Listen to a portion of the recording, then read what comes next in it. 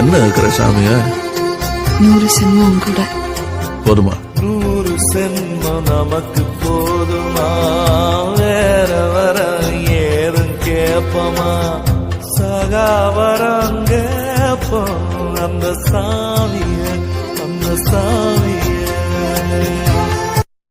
இனி வரும் எந்த பிறவியிலும் உன்னை சேர காத்திருப்பேன். விழி மூடும் இமை போல விலகாமல்